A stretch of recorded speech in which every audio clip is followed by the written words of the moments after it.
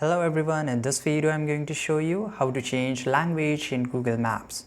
Well, this is very easy thing to do. So you have to just go to the maps of your mobile phone, and here on the top right you have to go to the basically your profile icon. You have to tap on it, go to the settings, and here into the settings you will find an option which is called app language.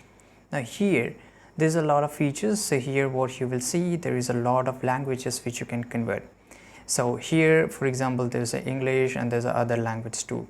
Now if you scroll a little bit down, you will find all the options which is of all language.